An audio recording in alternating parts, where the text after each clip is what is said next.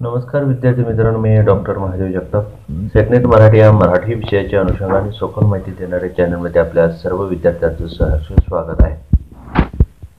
विद्यार्थी मित्रांनो, सेटनेट मराठी या चॅनलच्या माध्यमातून आपण मागील काही व्हिडिओच्या माध्यमातून सेट आणि नेट परीक्षेमध्ये कशा पद्धतीने प्रश्न विचारले गेलेले आहेत, विचारले जातात, कशा पद्धतीने विचारले जाऊ शकतात, अशा एकूण 2-3 बाबीवर या ठिकाणी चर्चा घडवून आणत आहोत. आपल्याला ही माहिती आवडत असल्यास नक्कीच लाईक आणि कमेंट करून चॅनल सबस्क्राईब करायला विसरू नका. तसेच आपल्या मित्रांना ही चॅनल शेअर करायला त्या ठिकाणी विसरू नका. विद्यार्थी मित्रांनो, आपण ज्या काही प्रश्नपत्रिका या ठिकाणी पाहत आहोत त्याच्या एकूण अभ्यास करत असताना एकूण काही माहिती पाहत आहोत. त्या माहितीच्या आधारे आपला जो अभ्यास आहे तो आपल्या परीक्षेच्या दृष्टिकोनातून आपण बरोबर करतो की नाही याचा या चॅनलच्या माध्यमातून आपण सराव करत आहोत. मागील काही व्हिडिओमध्ये 2 प्रश्नाच्या संदर्भात संदिग्ध होती, ती संदिग्धता या ठिकाणी मी दुरुस्ती करत आहे. 1805 मध्ये इंग्लिश मधून मराठीत भाषांतरित झालेले पहिले पुस्तक कोणते आहे, तर ते शुभ वर्तमान हेच आहे. हे या ठिकाणी लक्षात घ्या. बाळमित्र भागिक, यात्रेकरांच्या व्रतात किंवा यात्रिक क्रमण ही पुस्तकं नाहीत, तर शुभ वर्तमान आहे, हे आपण लक्षात घ्यावं. आणि दुसरा एक जोड्याच्या संदर्भात प्रश्न होता, तो अशा पद्धतीचा की बहिष्कृत भारत हा जो काही लेख आहे तो लेख या ठिकाणी विठ्ठलरामजी शिंदे यांनी ते लिहिलेला आहे. म्हणजे हाही पर्याय या ठिकाणी बरोबरचा आपण काल पाहिला होता. परंतु जी काही मनामध्ये शंका होती की बहिष्कृत भारत खरंच विठ्ठलरामजी शिंदे यांनी लिहिलेला आहे काय, तो लिहिलेला आहे काक गर्जन हा डॉक्टर बाबासाहेब आंबेडकरांचा लेख आहे. तर त्या ठिकाणी शनिदेव उर्फ साडेसातीचा देव हा गोपाळ गणेश आगरकर यांचा लेख आहे. तर डीचे ई म्हणजेच या ठिकाणी विनायक दामोदर सावरकर यांचा मनुष्याचा देव हा मनुष्याचा देव आणि विश्वाचा देव अशा पद्धतीचे लेख त्यांनी लिहिलेले आहेत. म्हणजे हे जे काही 2 प्रश्न होते या प्रश्नांच्या बाबतीत संदिग्धता होती ती पूर्ण या ठिकाणी केलेली आहे. आणि आजचा जो काही आपण पुढील प्रश्न या ठिकाणी पाहणार आहोत तो अशा पद्धतीचा आहे की लोकसाहित्यात आलेल्या अनेक गोष्टी वर्तमान जीवनाचे अभिलेख आहेत, हे विधान कोणाचे आहे, तर ते जॉन वेल्स हा प्रश्न आपण पाहिला होता. आजचा पहिला प्रश्न, उत्पत्ती कथा या हेतुगर्भ आहेत असे कोणत्या संप्रदायात नोंदवले आहे, तर स्पष्टीकरणवादी संप्रदाय. विद्यार्थी मित्रांनो, एकूणच लोकसाहित्याच्या संदर्भात अभ्यास करत असताना स्पष्टीकरणवादी संप्रदाय असतील, भाषाशास्त्रीय संप्रदाय, मानसशास्त्रीय संप्रदाय, अवशेषवादी संप्रदाय असतील, या एकूण संप्रदायाचा जर अभ्यास करायचा, काळजीपूर्वक अभ्यास करायचा असेल तर आपल्या चॅनलवरील व्हिडिओ या माध्यमातून मी टाकलेला आहे. आपण तो काळजीपूर्वक पाहावा, कारण संप्रदायावर बऱ्याच वेळेस प्रश्न विचारले गेलेले आहेत. परंतु त्या अनुषंगाने इतर काही प्रश्न तुम्हाला त्या अभ्यासाच्या माध्यमातून सुटू शकतात, अशा पद्धतीचे हे संप्रदाय आहेत. आणि म्हणून बऱ्याच वेळेस संप्रदाय आणि त्यांचे जे काही अभ्यासक आहेत अशा पद्धतीच्या जोड्याही तुम्हाला प्रश्नांच्या माध्यमातून विचारल्या गेले, सेट परीक्षा असो किंवा नेट परीक्षा असो. आणि त्या दृष्टिकोनातून उत्पत्ती काय या हेतुगर्भ आहेत असे कोणत्या संप्रदायात म्हणलं तर स्पष्टीकरणवादी संप्रदाय उत्पत्ती कथा या हेतुगर्भ असल्याचे सांगितलं आहे. लोकसाहित्याचा तुलनात्मक पद्धतीने अभ्यास कोणी सुरू केला, तर फ्रॅज बोअस यांनी लोकसाहित्याचा तुलनात्मक पद्धतीने अभ्यास केलेला आपल्याला सांगता येतो. लेविट्रॉस असतील किंवा CS बर्न असतील किंवा व्लादिमीर पॉप असतील, हे पर्याय या ठिकाणी चुकीचे आहे. पुढचा प्रश्न, सोफिया बर्न हिने केलेल्या लोकसाहित्याच्या त्रिविध वर्गीकरणात पुढीलपैकी कोणता घटक नाही म्हणते. म्हणजे सोफिया बर्न यांनी केलेले लोकसाहित्य त्रिविध वर्गीकरण त्या ठिकाणी आपल्याला माहिती पाहिजे आहे. म्हणजे आदिम लोकविश्वास हे आहे, त्यांच्यामध्ये लग्न, सत्ता, ग्रहणादिशीशी संबंधित आचार विचार पद्धती हे आहे. आणि धर्म, लोककथा व लोकगीते इत्यादीचाही विचार त्याने आपल्या वर्गीकरणात केलेला आहे. परंतु प्रयोग रूप लोककला याचा विचार किंवा हा घटक त्यांच्या एकूण वर्गीकरणात आपल्याला दिसून येत नाही. आणि म्हणून प्रयोग रूप लोककला सोप्या वर्ण हिने लोकसाहित्याच्या त्रिविध वर्गीकरणात पुढीलपैकी प्रयोग लोककला हा घटक नाही हे आपल्याला सांगता येतं. पुढील गीतातून कोणता अर्थ सूचित होतो अशा पद्धतीचे प्रश्न मागील काही व्हिडिओच्या मागील काही परीक्षेच्या माध्यमातून त्यांना बऱ्याच वेळेस विचारले आहेत. आणि हे याच्यामध्ये नेमका अर्थ कोणता सूचित होतो अशा पद्धतीचे प्रश्न आहेत. भाऊ म्हणतो बहिणीला घाला रोटी, बोले भाऊजाई गहू जमिनीच्या पोटी. भाऊ म्हणतो बहिणीला घाला डाळ, भाऊजाई म्हणे तुरी केल्या रानोमा. भाऊ म्हणतो बहिणीला घाला दूध, बोले भाऊजाई वास्तव पेले आज.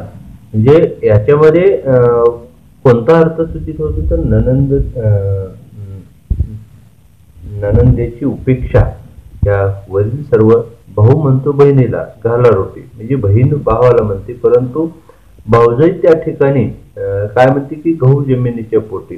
रोटी घाला म्हणले की गहू जमिनीच्या पोटी, आणि गहू जमिनीच्या पोटी असल्यामुळे देऊ कसं, किंवा घाला डाळ म्हणलं की तुरी गेल्या रानोमा अशा पद्धती, घाला दूध म्हणलं की वासर पेला आज अशा पद्धती. म्हणजे या ठिकाणी ननंदची आणि भाऊजाईचे जे काही नातेसंबंधाच्या पेक्षाही ननंदची इथे उपेक्षा करताना आपल्याला दिसून येतो, आणि म्हणून हा पर्याय बरोबर आहे. खेड्यातील घराघरात दारिद्र्य ननंद भाऊजाई नातेसंबंध किंवा भाऊ बहिणीचे प्रेम यामध्ये ननंदेची उपेक्षा हा पर्याय बरोबर आहे, आणि तो 100% या ठिकाणचा बरोबर पर्याय असल्यामुळे वरील पर्याय चुकीचे ठरतात. भारतीय साहित्याची मूळ एकात्मता केवळ आशय विषयांच्या पातळीवर थांबत नाही, रचनाबंध आणि पारंपरिक साहित्य प्रकारामध्ये ही एकात्मता आढळून येते. हे विधान कशा पद्धतीने आहे पहा.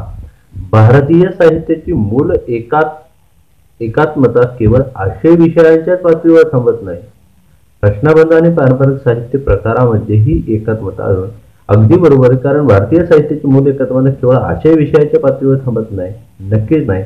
त्याच्या पलीकडे रचनाबंध आणि पारंपरिक साहित्य प्रकार हे रचनाबंध असे नाही किंवा पारंपरिक साहित्य प्रकार त्याच्यामध्येही आढळून येते, आणि म्हणून संपूर्ण विधान बरोबर आहे.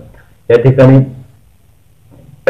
संपूर्ण विधान चूक, पूर्वार्ध चूक, उत्तरार्ध बरोबर, पूर्वार्ध बरोबर, उत्तरार्ध, तर हे पर्याय या ठिकाणी चुकीचे असून संपूर्ण विधान बरोबर हा पर्याय बरोबर आहे. भारतीय साहित्य एकच आहे परंतु अनेक भाषांमधून लिहिले जाते हे विधान कोणाचे आहे. भारतीय साहित्य एकच आहे परंतु ते अनेक भाषांमधून लिहिले जाते, आणि हे विधान डॉक्टर राधाकृष्णन यांचं आहे. पहा, डॉक्टर राधाकृष्णन यांनी हे विधान केलेलं आहे. रवींद्रनाथ टागोर असते, मॅक्स मुलर असते किंवा बंकिमचंद्र चट्टोपाध्याय असते हे पर्याय या ठिकाणी चुकीचे ठरतात, म्हणून डॉक्टर राधाकृष्ण हा पर्याय बरोबर आहे.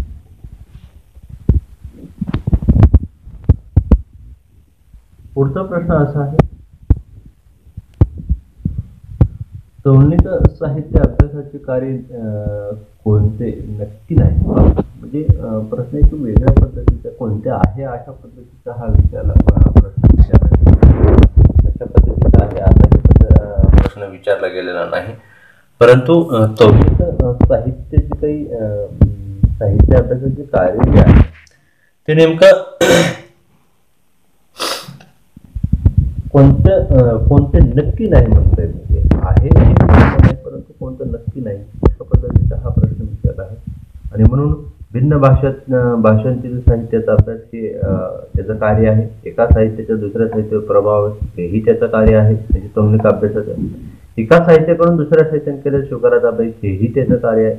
दोन साहित्याची तुलना करून त्याचं सरस निरस ठरवणे, तर हे सरस किंवा निरस ठरवणे हे त्याचं कार्य नाही. तौलनिक साहित्य अभ्यासाचं कार्य होऊ शकत नाही, कारण श्रेष्ठ किंवा कनिष्ठ एखादी कलाकृती आपण तौलनिक अभ्यास करत असतानाही त्या ठिकाणी सांगू शकत नाही, पण नक्की नाही. म्हणजे त्या पद्धतीने आपण विचार तुलना करतो, पण साधर्म्य वैधर्म्य त्या ठिकाणी ठरवतो किंवा परंतु त्या ठिकाणी कोणती सरस किंवा कोणती निरस आहे हे ठरवण्याचं नक्कीच तौलनिक साहित्याचं काम त्या ठिकाणी असलेलं किंवा नक्की नाही हे आपल्याला या ठिकाणी सांगता येतं. पुढील प्रश्न, सदृश्य संस्कृती, सदृश्य समाज व्यवस्था, सदृश्य आर्थिक व्यवस्था, सदृश्य राजकीय व्यवस्था, सदृश्य साहित्यिक गरजा यापैकी कोणत्याही कारणामुळे दोन साहित्यात साधर्म्य उत्पन्न होईलही पण तेथे देते साहित्य आणि घेते साहित्य असे नाते संभवत नाही. प्रत्येक वेळी तेथे प्रभाव शोधणे बरोबर ठरणार नाही. आणि संपूर्ण विधान या ठिकाणी बरोबर, कारण बऱ्याच वेळेस देते घेते असे नाते संभवत नाही, पण प्रत्येक वेळी जो काही प्रभाव आहे तो प्रभाव शोधणे बरोबर ठरणार नाही. आणि म्हणून संपूर्ण विधान चूक असेल, पूर्वार्ध बरोबर उत्तरार्ध चूक असेल, पूर्वार्ध बरोबर उत्तरार्ध चूक असेल, हे जे काही पर्याय आहेत हे पर्याय बाकीचे चुकीचे ठरतात आणि संपूर्ण विधान बरोबर हा जो काही पर्याय आहे तो बरोबर आहे. पुढचा प्रश्न बघा, विश्व साहित्य म्हणजे काय नव्हे ते सांगा. म्हणजे विश्व साहित्य काय आहे हे आपल्याला माहिती पाहिजे, म्हणजे नव्हे तेच सांगता येईल. स्थलकालाची सीमा ओलांडून सर्वत्र आस्वाद्य ठरलेलं साहित्य, अगदी बरोबर. स्थलकालाचं तिथं बंधनच नाही. मनुष्य समाजाच्या एकतेचे दर्शन घडवणारे भिन्न भिन्न भाषेत, अगदी बरोबर. मनुष्य समाजाच्या एकतेचे दर्शन घडवणारे ते भिन्न भिन्न भाषेमधील साहित्य. विश्वातील यच्चयावत साहित्य संपदा किंवा भाषेतील आपल्या भाषेतील साहित्याची परंपरा न सोडता विश्वात्मकतेचा आविष्कार घडवणारे साहित्य, अगदी बरोबर आहे. परंतु विश्वातील यच्चयावत साहित्य संपदा हा जो पर्याय आहे हा पर्याय या ठिकाणी विश्व साहित्य म्हणजे काय नव्हे तर विश्वातील यच्चयावत साहित्य संपदा हा पर्याय या ठिकाणी बरोबर आहे. आणि म्हणून विश्व साहित्य म्हणजे विश्वातील यच्चयावत साहित्य संपदा असं या ठिकाणी आपल्याला म्हणता येणार नाही किंवा हा पर्याय या ठिकाणी चुकीचा ठरतो.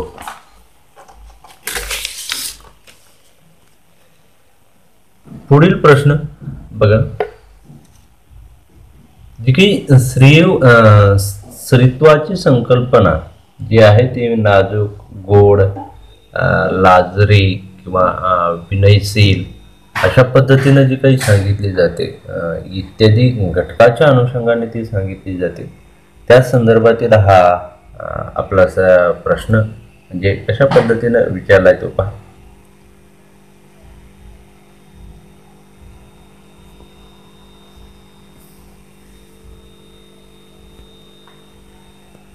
प्रश्न असा,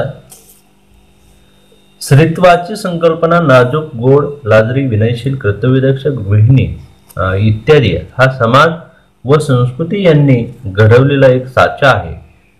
या साच्याचे खरे स्वरूप लपून त्याला स्त्रीचा स्वभाव मानण्याची चाल पुरुष खेळतात. संपूर्ण विधान बरोबर आहे, कारण बऱ्याच वेळेस काय होतं, स्त्रीत्वाची संकल्पना ज्यावेळेस आपण नाजूक, गोड, लाजरी, विनयशील, कर्तव्यदक्ष, गृहिणी हा जो काही समाज व संस्कृती यांनी घडवलेला एक साचा आहे, या साचाच खरे स्वरूप लपवून त्याला स्त्रीचा स्वभाव मानण्याची चाल ही पुरुष खेळत असल्याचं आपल्याला सांगतात. ते विधान बरोबर आहे.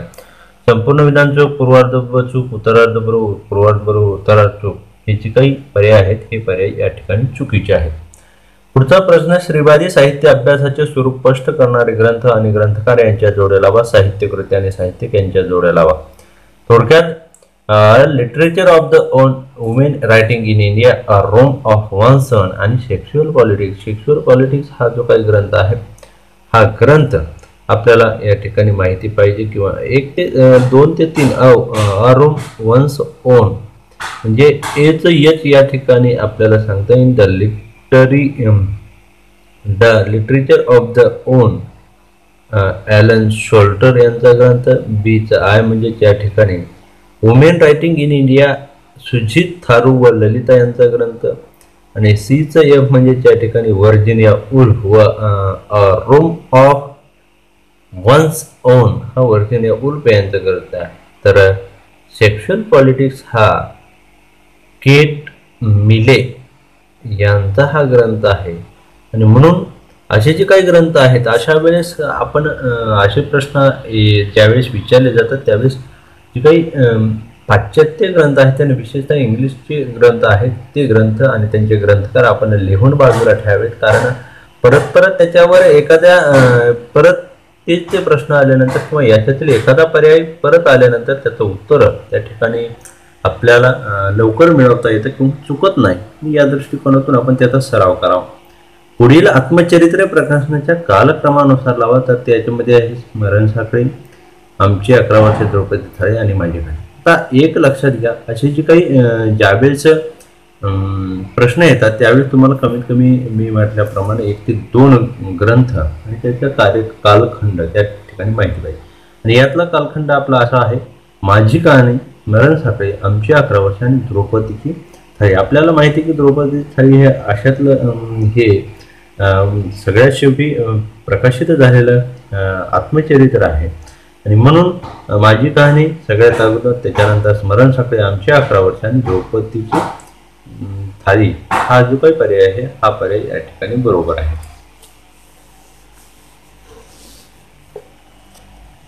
पुढील प्रश्न असा आहे,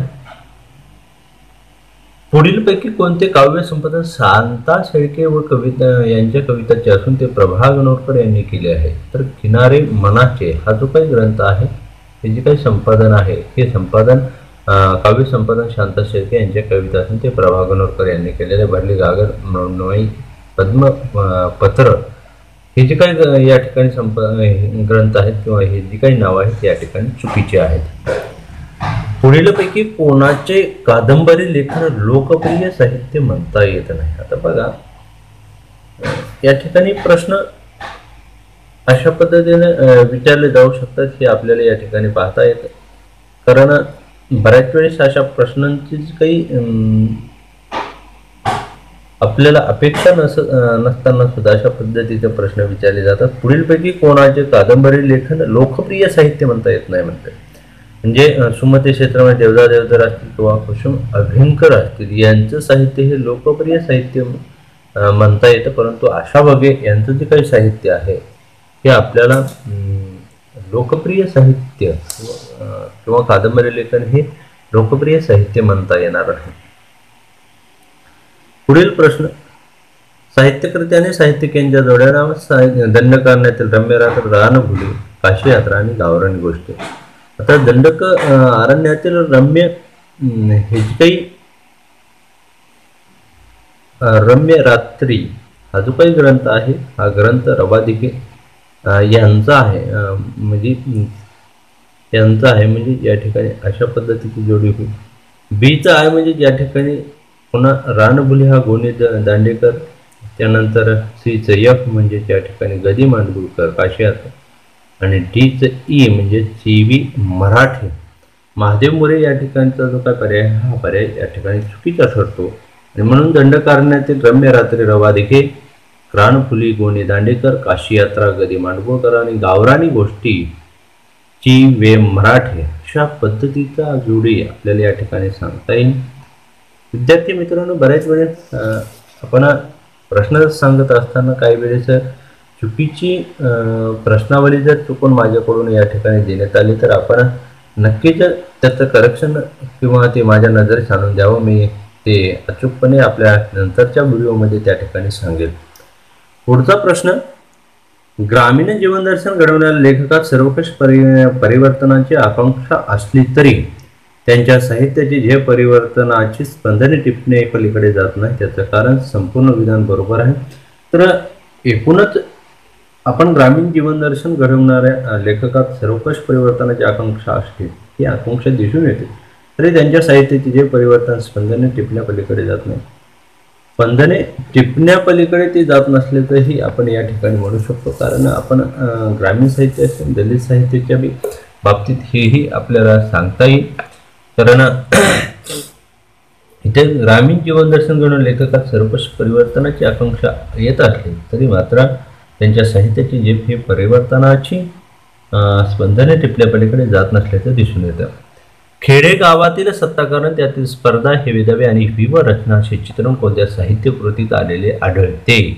आता पहा, खेडेगावातील सत्ताकरण, त्यातील स्पर्धा, हे विधवे आणि विव रचना हे टारफलामध्ये येताना आपल्याला दिसून येतं. एकूणच राजकारणाचं सत्ताकरण, त्यातील स्पर्धा, हे विधवे, विव रचना, वावटळ, होरपळ किंवा साहेब. आता एकूण ह्या टारफलाविषयी किंवा एकूण ज्या काही दुसऱ्या कादंबऱ्या आहेत त्यांच्याविषयी माहिती पाहिजे असेल तर आपल्या चॅनलवर ही माहिती पाहावी.